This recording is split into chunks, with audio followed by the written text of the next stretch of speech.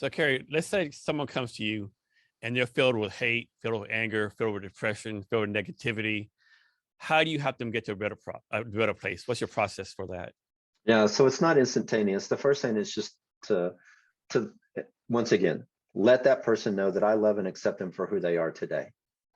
That there's no judgment, there's no criticism, and there's no expectations. Right? We're in a safe space. We're in a space where you can be vulnerable, raw, and authentic.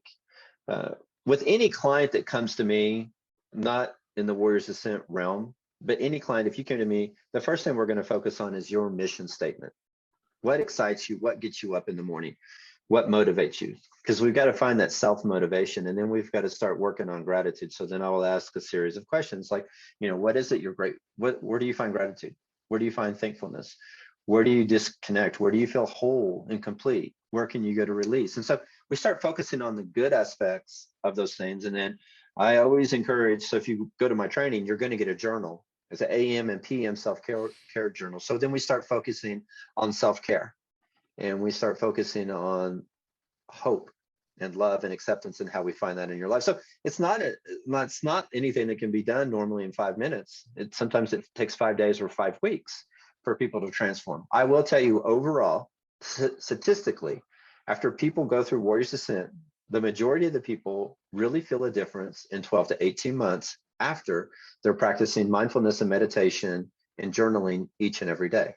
The days they don't do it and the weeks they start falling off, their stress, their anxiety, everything, depression goes up, and then they come back down.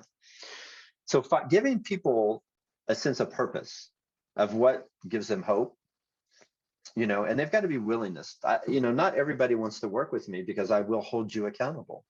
I had a client recently tell me he's not an alcoholic. He just drinks every day for the fun of it. And I said, well, we talk once a week. So here's what's going to happen is I'm going to check in with you from a week from now, and that you haven't drank for the entire 7 days. So next Friday, we're going to talk, and I want to know what your experience is and how connected you feel and how much closer you feel to your kids and your wife without drinking. So I sent him a text on Friday, said, hey, I'm still in Kansas City, Warriors Ascent, but we can connect in a few days. I've never heard from the guy, right? And I'm okay with that, because it's like when you're ready to really change and transform and be okay with who you are, that's it. So if somebody comes to me that's anger, that's bitter, a lot of times it's a self-reflection. A lot of times it's things that have happened in their life, or they're in a very toxic relationship with themselves, and then they turn that into others. And so that's what we start off. First thing is going to be your mission statement. What drives you? What motivates you? What excites you? What gets you up in the morning? And then where do you find the positive things in your life? Genetically, unfortunately and fortunately from our parents, we have a 50-50 shot of where we're going to be happy or not. So if both your parents, if you look at your parents and they were both pessimistic, then you're probably pessimistic. But if both of them were optimistic, then you're going to be optimistic.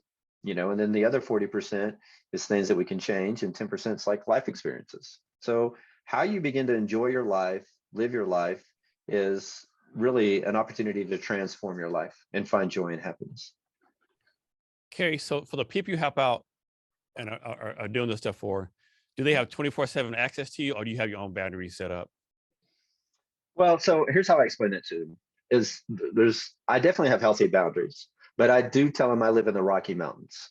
So I don't always get cell service. If I'm at home, I'm going to get cell service. But if I'm out on a hike or I'm out somewhere, I may not get cell service. So I say, hey, if you need to get a hold of me, make sure you leave a voicemail, because I may not even get the missed call. My wife calls me, friends call me, hey, I called you. I'm like, I don't have a missed call, right? So I'm in a spot where cell service is intermittent. They definitely have access because I need to be there for those people 24/7. Now, if I feel like I need to disconnect, I will turn my phone off in the evenings. If I feel like I need to be there for people, I will leave my phone off, or leave it on. So they definitely have access to me because I want to be there. If anybody calls me like, hey, I'm suicidal, or I'm depressed, or I'm anxious, or I need to vent, I want to be available. So the majority of the time, I'm available to pick up my phone, and I'll be there for them unless I have, other clients or calls or, self-care regimen. During my self-care regimen, I turn my phone on silent. So the thing is about my phone, I have no notifications turned on except for if you call me. That's it. Now I have a separate old phone that has social media on it. So it has the TikTok and the Instagram and the Facebook, and that has no notifications. So my phone has no notifications unless you're going to call me.